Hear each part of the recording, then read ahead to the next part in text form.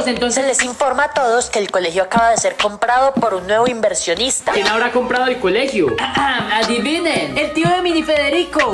No me lo creo. O sea, usted es mi nuevo jefe. Venga conmigo. Como nuevo dueño del colegio ya construí la piscina. Por fin, y con estos calores ya me puedo broncear en el recreo. Puse ventilador en todos los salones. Gracias, jefecito, ya hacía falta. También les van a traer su lonchera al salón. ¿Qué desean ordenar, estudiantes? Ahora sí quiero venir todos los días. Sígueme si quieres entrar a este colegio.